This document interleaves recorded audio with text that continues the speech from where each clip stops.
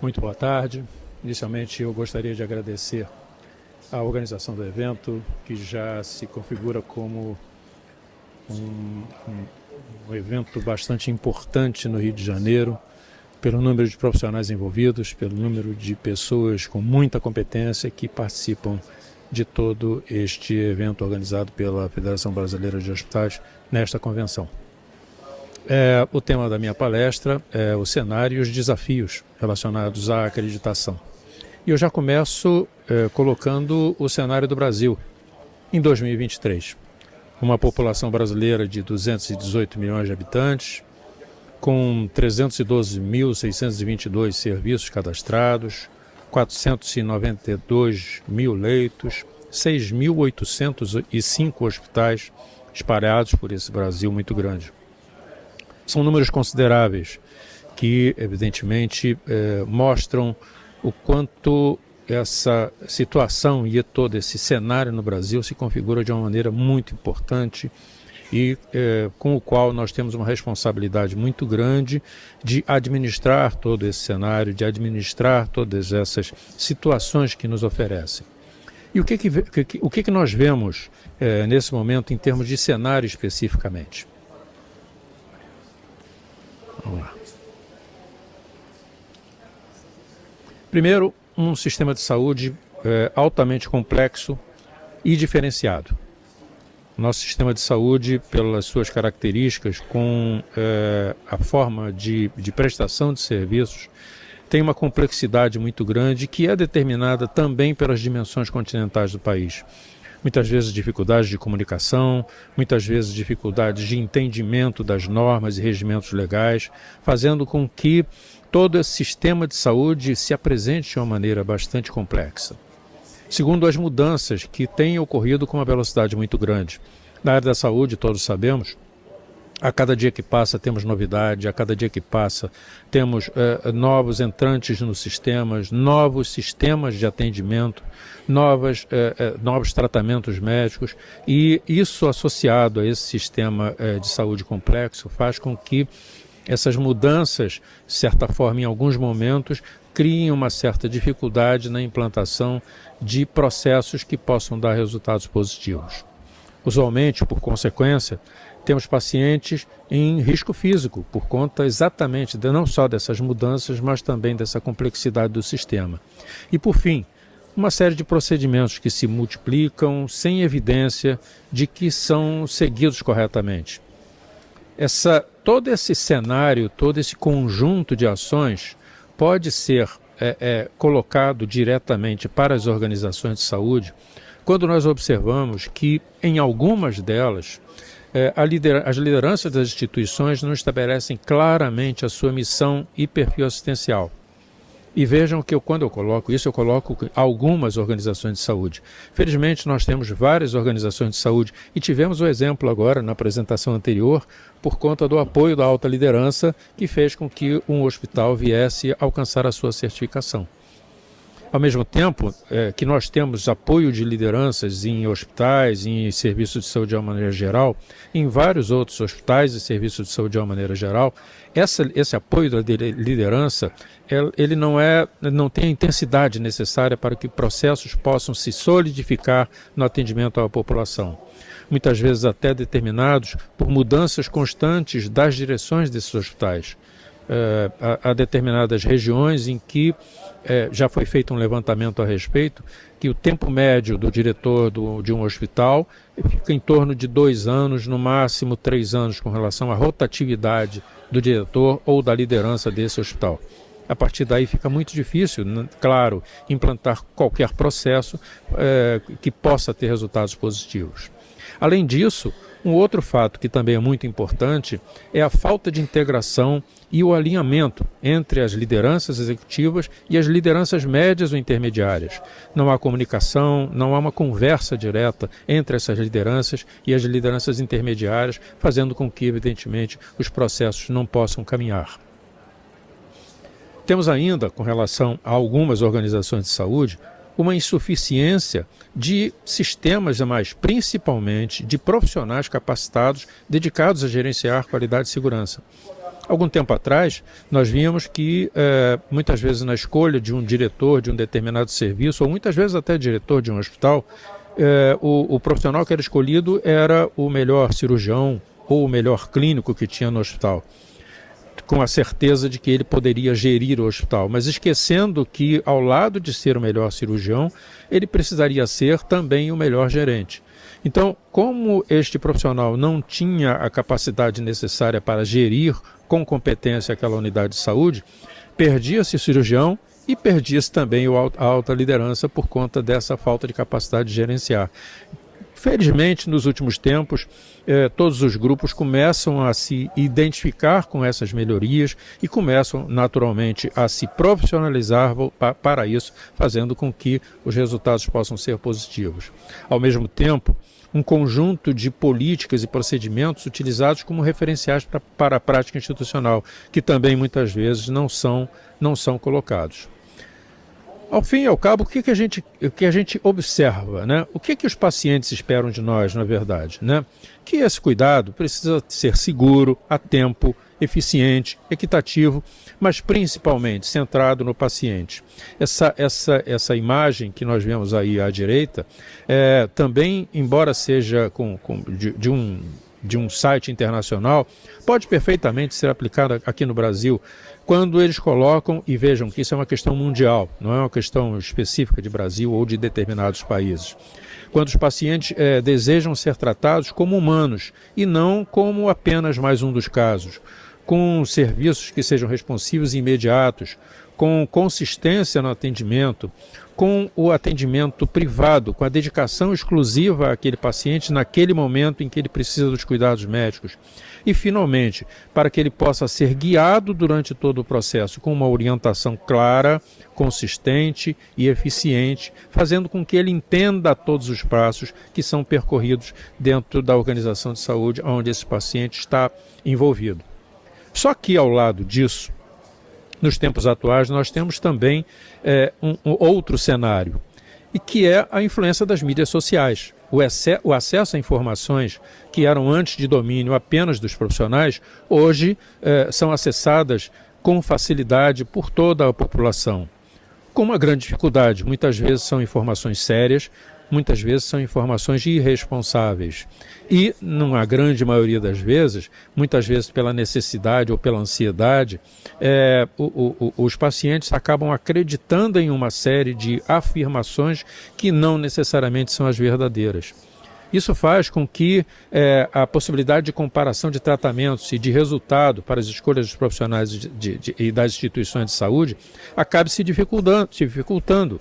Porque quando um paciente desse, que acaba coletando um conjunto de informações dentro de mídias sociais, chega para um profissional médico e ele coleta essas informações e não são informações corretas, e um profissional médico ou um profissional de saúde contesta essas informações, muitas vezes esse paciente deixa de continuar seu tratamento com esse profissional exatamente porque acredita muito mais nas mídias sociais do que naquele profissional que o está atendendo.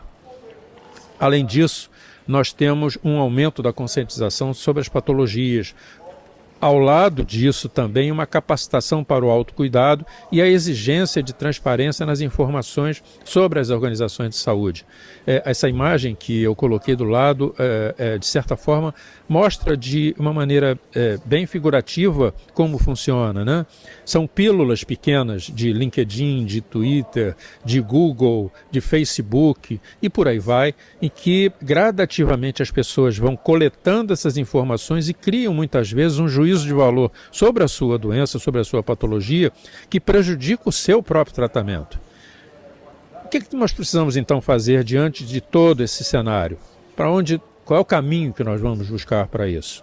Sem dúvida nenhuma, o caminho que nós precisamos ter é o foco no paciente, é o foco na qualidade e, principalmente, o foco na segurança do paciente, garantindo a esse paciente que todas aquelas necessidades que eu mencionei anteriormente sejam atendidas da maneira mais completa e mais eficiente.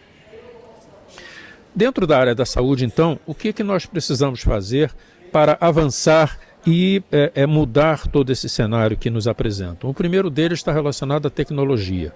cada vez mais as organizações de saúde se envolvem com processos tecnológicos, se envolvem com situações diferenciadas em que as organizações precisam constantemente se atualizar para melhor atender os seus pacientes com eficiência e com qualidade. O segundo dado importante está relacionado não apenas à tecnologia, mas também à visão do processo. A partir do momento em que um paciente entra numa organização de saúde, a jornada desse paciente dentro da organização de saúde é extremamente complexa. E se nós não tivermos processos controlados, com uma visão abrangente do conjunto de informações e ações que serão providenciadas junto a esse paciente, sem dúvida nenhuma, nós teremos uma série de problemas dentro da organização de saúde que terão consequências ruins para o paciente. E, finalmente, além da tecnologia e da visão dos processos, o que nós podemos avançar, principalmente na área da saúde, é com relação à cultura. Cultura esta que ela vai ter. Primeiro, é necessário que possamos alcançar uma mudança na qualidade dos processos. Quando nós alcançamos essa mudança, essa virada de chave com relação ao atendimento, à prestação de serviços, à capacitação dos profissionais, aos recursos que as organizações de saúde têm, ou seja, se nós pegarmos todo aquele conjunto que eu mencionei anteriormente e transformarmos isso no desenvolvimento de uma cultura de mudança de comportamento e de ações, não tenham dúvidas que iremos alcançar como resultado o aumento da segurança desses pacientes. Todo esse processo envolve uma série de responsabilidades, envolve uma série de virada de chave de comportamento dos profissionais, envolve uma mudança do pensar, eu sempre fiz assim, por que eu tenho que fazer desta outra maneira, se desde que eu fazia assim lá atrás sempre deu certo, por que eu vou mudar o meu comportamento para que possa garantir melhor a segurança desse paciente. Então, essa mudança de cultura, esse movimento relacionado à cultura das organizações de saúde é que vai trazer resultados positivos para a segurança desse paciente que está sendo atendido naquela organização de saúde. Para isso, nós temos alguns desafios, que é sensibilizar os profissionais de saúde e os próprios pacientes para a temática da segurança. Ou seja, essa segurança não está relacionada não apenas à segurança do paciente, está relacionada à segurança dos profissionais e à segurança do conjunto da obra, de toda a organização de saúde, com o desenvolvimento de estratégias para a segurança do paciente, através do conhecimento e do cumprimento de normas e regulamentos que regem o funcionamento de uma organização de saúde. Quanto mais se divulga essas normas e esses regulamentos dentro de uma organização de saúde, os processos, melhor nós temos resultados com relação ao atendimento desses usuários de serviços. E um dado muito importante, que é a redução dos danos desnecessários. Essa é uma discussão que já vem evoluindo há bastante tempo, a questão dos eventos adversos, a classificação dos eventos adversos e o atendimento aos eventos adversos, em que nós estamos gradativamente saindo do conceito da culpa, do apontar dedos, colocando pessoas como responsáveis e muito mais na busca de políticas de atendimento que possam integrar esses procedimentos. E aí, essa integração dos procedimentos é que vão reduzir os riscos associados aos cuidados em saúde. A partir do momento em que, ao identificar os erros, falhas ou eventos adversos, a partir do momento em que nós começamos a entender aquilo não como algo que foi intencional, mas muito mais acidental, para o qual possamos estabelecer planos de ação, com isso nós vamos ter resultados que vão fazer com que esta redução desses danos seja alcançada da maneira mais eficiente e mais rápida possível. Para isso a gente precisa ter uma roda de ações, né? O primeiro deles, e o mais importante, sem dúvida nenhuma, é o envolvimento e o engajamento da equipe. A alta liderança, e aí é uma responsabilidade muito grande da alta liderança de trazer esse engajamento da equipe para comprometer essa equipe, mas comprometer essa equipe com transparência. trazendo todas as informações necessárias aos profissionais de saúde daquela organização, não apenas as informações relacionadas ao atendimento dos pacientes, mas a responsabilidade dos seus atos com relação a esses atendimentos. Quando a gente alcança isso, nós temos o alinhamento de todo esse processo e essa roda continua constantemente, que é dessa forma que nós conseguimos resultados positivos. A partir daí, sem dúvida nenhuma, nós teremos identificação de riscos e oportunidades, a construção de planos de ação, a capacitação e educação permanente dos profissionais, e esse é um dado muito importante. Quanto mais e melhor capacitarmos os nossos profissionais, mais e melhor eles poderão oferecer aos pacientes resultados positivos em seus tratamentos. E principalmente, também o fortalecimento do trabalho em equipe multidisciplinar. Todos se entenderem dentro da organização de saúde com um pensamento único, que é fazer com que o usuário do serviço seja atendido com a melhor qualidade possível e com a maior segurança possível. A partir daí, nós vamos ter, sem dúvida nenhuma, organizações de alta confiabilidade. São vários estudos que já vêm sendo desenvolvidos no exterior e aqui no Brasil, em que essas organizações de alta confiabilidade atendem a esses 5 itens que estão definidos na ilustração, que são a comunicação e o nivelamento do diferencial de poder, ou seja, a integração entre as hierarquias, fazendo com que todo mundo trabalhe em conjunto. Modelos de melhoria dentro da própria organização, o aprendizado contínuo, a responsabilidade e, como mencionado anteriormente, a transparência. E o que nós temos observado desde a fundação da ONU em 1999, em junho de 1999, e gradativamente até os tempos atuais, os hospitais que passam por processos de acreditação enquadram-se exatamente nesse conceito de organizações e nas características também de organizações de alta confiabilidade, fazendo com que os usuários de serviços cada vez mais entendam, respeitem e procurem essas organizações de saúde, porque passam a ter a certeza da qualidade e da segurança do atendimento que lhes é prestado. Qual é a ideia, então? Por que aderir ao processo de acreditação? O processo de acreditação é a demonstração de que a organização apresenta padrões de segurança e de qualidade no atendimento ao paciente-cliente, revela a responsabilidade e o comprometimento com a assistência segura e integra os processos internos, levando ao melhor desempenho.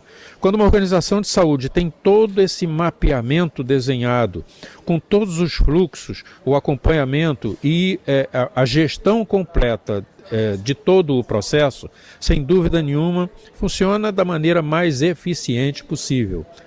Além disso, o processo de acreditação promove a melhoria contínua dentro da organização, identifica riscos, diminui retrabalhos e otimiza os recursos existentes na organização.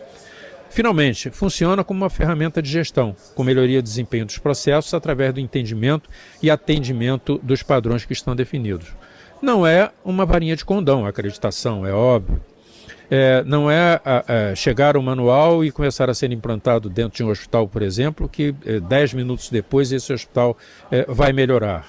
É muito mais essa ferramenta de gestão que é entregue a uma organização de saúde, que é entregue a um hospital, para que ele entenda o que são os processos de gestão, identificando os riscos, melhoria de contínua dentro da organização, fazendo com que todo o processo possa fluir da maneira mais eficiente possível.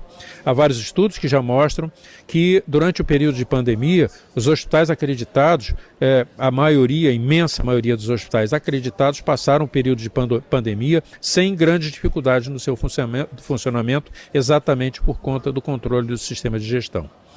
Hoje, a ONA tem 90% das organizações acreditadas no Brasil que adotam os padrões ONA. De todas as organizações que estão acreditadas no Brasil, 90% adotam os padrões ONA. São no dia de hoje, 1.120 organizações acreditadas na metodologia ONA, com 431 hospitais acreditados nessa metodologia. 431 hospitais são 6,33% dos hospitais brasileiros. Só que nós temos que considerar, embora pareça um número pequeno, nós temos que considerar 2 pontos importantes. O primeiro deles é que a imensa maioria, e isso os estudos demonstram, desses hospitais são hospitais de pequeno porte, muitas vezes com bem abaixo de 50 leitos. Então, isso já dá um diferencial com relação ao próprio processo que se apresenta quanto à eficiência desses hospitais.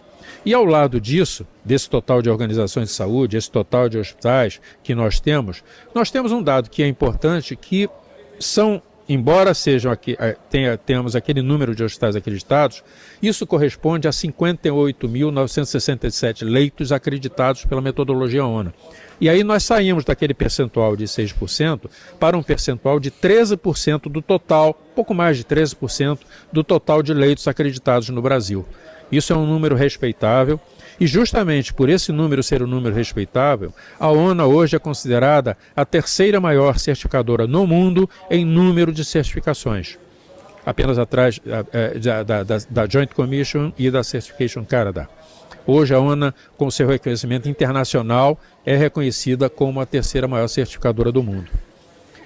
O que são, então, nós podemos colocar com relação a essa evolução das certificações? Começamos lá atrás, em 2001, foram próximo da inauguração da ONA, com 7 certificações. Chegamos em 2020 com 1.050, hoje temos mais de 1.100. Vejam que esse é um crescimento constante, o crescimento da ONA em número de certificações é cerca de 15% ao ano e mostra a consistência da certificação do Sistema Brasileiro de Acreditação. Tendo, portanto, como resultados, a melhoria contínua dos processos, a otimização dos trabalhos, a redução dos custos, a satisfação do cliente externo, a cordialidade e a atenção com esclarecimentos e cuidados recebidos voltados fundamentalmente para o paciente e para os seus familiares e, finalmente, que eu entendo como o mais importante, fazendo com que a experiência desse paciente dentro de um hospital, dentro de uma organização de saúde, seja a melhor possível. Todo o seu trajeto, todo o desenho da sua estada dentro de uma organização de saúde passa a ter a maior atenção, o maior cuidado, o maior foco em cima desse paciente. Se nós voltarmos lá para a Dona Bidian, lá das décadas de 70 e 80, nós vamos ver que ele já falava que qualidade de serviço de saúde é percebida pelos pacientes, clientes, e depende 30% a 40% da capacidade diagnóstica e terapêutica do médico. E de 40% a 50%, eu diria até um pouco mais nos tempos atuais, da relação que se estabelece entre os profissionais de saúde e os usuários, em particular entre o médico e o paciente, fazendo com que essa comunicação seja clara, eficiente, fazendo com que esse paciente tenha entendimento de tudo aquilo que lhe é oferecido dentro de uma organização de saúde. Dessa forma, eu procurei mostrar para os senhores e senhoras o quanto é um pouco da história da acreditação no Brasil pela Organização Nacional de Acreditação. Muito obrigado a todos pela atenção.